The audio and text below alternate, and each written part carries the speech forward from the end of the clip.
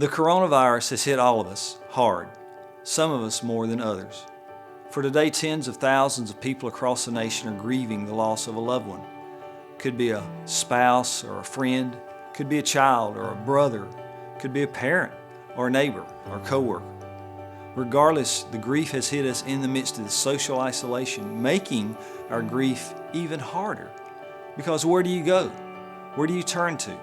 There's no group of people that you can run to, no person that can hug you, no gathering of the family or church. There's no wake or funeral. And perhaps you weren't even able to be there when your loved one died. What do you do? How do you make it through? Pivot Family Foundation has produced this series of videos of experts in the field of grief and bereavement to give tips and guidance and wisdom to help you navigate this season, and to remind you of something very simple but very powerful. You are not alone. Though you may feel like you are, you're not. There are people who are with you and who are for you. So thanks for watching, and find encouragement in the days ahead.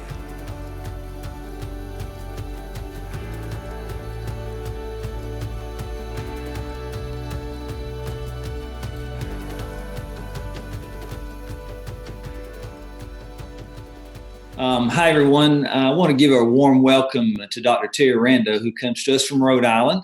And we're glad to have this moment, this time to talk with you today. Thank you for your time. Just wanted to let folks know a little bit about you. Dr. Rando is a licensed psychologist who has given extensive years to studying in the field of grief and loss and illness, dying, and trauma, actually since 1970. So she brings a wealth of wisdom and knowledge and study and experience to our conversation today. She's been featured on programs like CNN, CBS This Morning, and Good Morning America as well, having published over 80 works related to death and dying. So we are certainly fortunate to have you give your time to us today, and we thank you, Dr. Rando, for being here. My pleasure. Good deal. So as I've mentioned, and you and I have talked before, we are as a nation and as a world really facing this pandemic of the coronavirus, and already tens of thousands of people are going through grief and loss, and so it's quite a struggle. So tell us, if you will, talk to us about why the isolation time causes grief to be even harder than it normally is. Well, one of the things that we know is that throughout history, when people have dealt with loss and trauma, they have come together with other people in their world to try to cope with it, try to confront it. And we know that the consolation and the support and the sympathy of others enables people to deal with any adversity better. The research is very clear on that. Social support and connectedness to others is extremely important in helping people to get through very difficult times. And so what we have here right now is a situation where people are dealing with many, many losses. It may be the loss of a loved one. It may be the loss of a job. It may be the loss of their expectations about how the world should be. It may be the loss of income. It may be uncertainty about what's going to happen in the future. How are they going to manage their job and while the children are home trying to go to school and so forth. So many, many, many losses and stresses. And we, in these kinds of situations, usually tend to benefit from the support of others. But unfortunately now, we cannot have that physical support. So that at the time we're presented with so many challenges, unfortunately, one of our main sources of assistance has been taken away from us, which is the physical presence of others, or perhaps being able to go places where other people are, to our faith communities. Mm-hmm. Or perhaps we cope by, going to the gym when other people are there, and we can talk with them and work out and so forth. So the bottom line is that the isolation that right now we're having to experience to try to protect ourselves in this pandemic leaves us without one of the most important resources to deal with losses of all kinds. So that to give us consolation, support, also to help us process, to remember, to review things that are so important in grief. So it does present a very challenging time to people who are dealing with loss. Yeah, and that kind of speaks also about the situation with there not being any end of life rituals as well, doesn't it? Indeed, it does. And we know that that's one of the things that's making it particularly difficult for many people. If we know that somebody we love is dying, most of us want to spend time with them, want to be with them, and talk Yeah. to them about what they want at the end and how we can help them and support them. We want to be able to hold them, kiss them, say goodbye to them. Right. And the notion of our loved one dying without us there is difficult, and it presents many more complications to us because we may feel guilty. We may feel I've abandoned them, when in fact that was not our choice. That unfortunately was taken away from us. Yeah. But what this leaves us with is more difficulties because we weren't there at the end. And we may wonder what it was like and how it was for our loved one.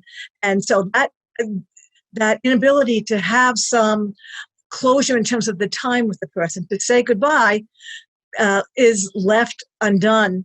And that will be one of the things over time that we'll have to look at, trying to pay attention to, finding some ways to remediate, to find some ways to say goodbye in the ways we didn't get to do when our loved one was dying. Right. And I'm thinking too about how the absence of funerals, wakes, things of that nature. Speak to that. How important, how does this maybe magnify the value of that gathering when we don't have that? Well, we know from prehistoric times that people had some kind of rituals. We even know that there are many animals that have rituals in the aftermath of the death of one of the group. And the notion that we come together to recognize that a death has happened, and particularly in cases of sudden death, and many of these deaths are relatively sudden. People have not had the opportunity to anticipate this over a number of months and so forth, and to get ready for it. These are deaths that happened within days or hours. And so it's very much like a sudden death. Right. And one of the things that wakes and funerals and shivas and visitations and so forth allow us to do is to confirm the reality of that loss, because it's so difficult to grasp. Right. But we can have people who come and acknowledge this for us, and then also help to recognize the life of the person who has died, and then help us to start to move from a life with this person physically present to now having to be in the world without this person. And the rituals that we have in our faith communities and our cultural groups and so forth are designed to meet the needs of making that transition, to recognize the death and to support those who are left behind to be in the world without that loved one. And when that's taken away, it really leaves us without some very important sources of therapeutic assistance. And so one of the things we will have to do over time is to find ways, again, to compensate for what we didn't have. These days, we are having some virtual memorial services, virtual funerals, where people are getting together. Perhaps that's being live streamed if there even is a funeral, but in some cases, it's not even a funeral. The body's not able to be individually taken care of. There are some mass burials. So these are all things that introduce some extra challenges to people who've lost loved ones. Wow. It doesn't mean we can't find ways to cope with them over time, but it certainly does make it more difficult than it would otherwise be if we weren't in the middle of this pandemic, when we could have people around who could be there and hold us and support us and talk with us about our loved one and help us try to bend our mind around this sudden loss of someone who's so important to us. Yeah, and you talk about a sudden loss. I can see that someone's sick, you take them to the hospital, for instance, and then that's the last time you see them. You know, you're confined from them, they are from you. That's got to be a tremendous shock for people when they go through that. It is, and you're bringing up an excellent point that I want to make sure that we underscore, and that is that people in the aftermath of losing someone in this pandemic, you're not just dealing with loss, you're dealing with trauma as well. And Okay. the traumatic aspects are going to make you not unlike somebody who has post-traumatic stress syndrome. Oh, yeah. Where there are many symptoms because you have been personally traumatized by this loss. So we can expect people not just to be heartbroken with grief, but to also have much anxiety associated with losing the loved one in this fashion, not having people around to help support us as we go through this. Plus, at the same time, we may be worried about our own health and the health of our other loved ones. Right. And could we have another loss? What do we need to do to protect ourselves, our children, our other family members? All of this can interfere with our ability to pay attention to the loss of the person who has already died. Right. And it will be something that will have to be over time handled as paying attention to the person who died, as well as continuing to pay attention to the demands of the pandemic crisis in terms of taking care of ourselves and others. Right. And so that's another difference in terms of our grief, is that we don't have the luxury, if you will, of being able just to pay attention to the grief. Right. We have to pay attention to the grief. We have to pay attention to how we're going to continue to survive. How are we going to economically make it through this? How are we going to take care of our children's schooling? How are we going to make sure that there's enough food on the table? How are we going to open up our small businesses? And that may mean that some of the time you would ordinarily get to be focusing on your grief. You might not have all of that time right now. That doesn't mean you don't get to it. But it may mean that some of it may only be able to be dealt with over time because there's so many immediate survival issues that you're dealing with.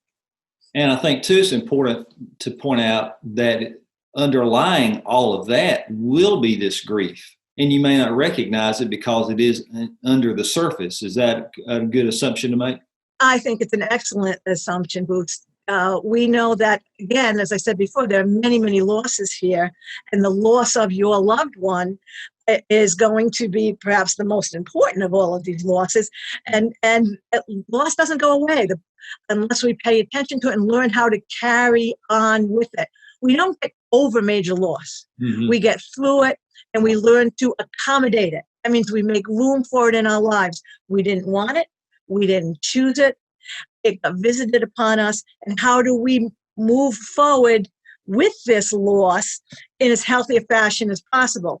Mm. And remember, too, BRuce, sometimes the current loss of a loved one can trigger old losses as well. Perhaps losses of other people in the past. Perhaps a non-death loss. It was a divorce or an abandonment. Someone betrayed you. You got fired. These kinds of things, unfortunately, can also be triggered when we're dealing with a major loss of a beloved person in our lives. Yeah. The things you've mentioned, just the events like losing a job, your business may not make it, you're sick, other people are sick, maybe sick from other things besides COVID-19. There's I think an undercurrent of anger that comes along with this as well, because it is something that's been forced upon us. We didn't ask for it or choose it. Can you speak to that, how we deal with the anger related to grief? Well, we wouldn't be surprised that this happens. I mean, if you take a bone away from a dog, that dog's going to growl, doesn't want to be deprived of its bone. Someone special has been taken from you. Your life in general has been taken from you right now. Hopes and expectations and so forth that may not be realized because of this. Mm-hmm. So we don't like that. We don't like to be deprived of that which we're attached to, whether it be a person, a job, a dream. And so when that gets taken away, we can be angry. Or if that's too strong a word for some people, it could be you find yourself that you're irritated, you're cranky, mm-hmm. You're sarcastic. But it's a way to express your protest. This is not the way it should be, and you don't like it. And that is a healthy reaction to a loss. Now, we don't want to stay stuck in there forever and ever and ever, but we're probably going to be dealing with our anger, our upset, our protest at these losses for a while, mm-hmm. Because it's a natural reaction. I find that in cases like this, it's important to look at the concept of angry sadness. because there is a pairing of the two, of not just the sadness, but the anger under the conditions that it occurred, the life that's going on now. And that can make us restless. It can make us irritable. It can make us have difficulty sleeping. It can make us be testy or short with people that we love. And so we need to recognize that. And one of the things is to understand it and say, yes, I'm not a bad person for feeling this. Right. And even if I was never a person who was angry in terms of my personality before in life, even the most gentle, calm, unflappable person is going to be quite distressed to have a loved one taken from them. So this is, among many other reactions, very normal. Anger, sadness, depression, why, confusion, feeling physically unwell, even independently of any kind of virus symptoms. Our grief affects us not only in our psyche, but in our body, in our social relationships, and even in our behaviors. We may be sleeping too much. We may be drinking too much, and ways to try to separate ourselves from the pain or the distress. And we have to be careful that what we're using doesn't bring on more problems. Right. Yeah, so I think the main thing, as I'm hearing you talk, is the self-awareness that I'm feeling these things and owning them. So I want to turn a corner here and talk more about, so what do we do with this? Okay, so I'm angry, I'm anxious, I'm grieving, I'm sad. I got all this stuff bundled up in me. Nobody can come to me. I don't have a funeral. I wasn't there when they died. All these separations out there for me. So let's talk about a healthy response. How do I get through this until the quarantine is over? What are some things, ideas, strategies I can do to move forward as much as possible in this time frame I'm living in right now? Thanks for watching this episode. I'm glad you found some encouragement and guidance and wisdom to get you through this season of life. This coronavirus will one day end, so will the quarantine, and you'll be able to reconnect with family and friends and to find some healing from that personal touch of being with them.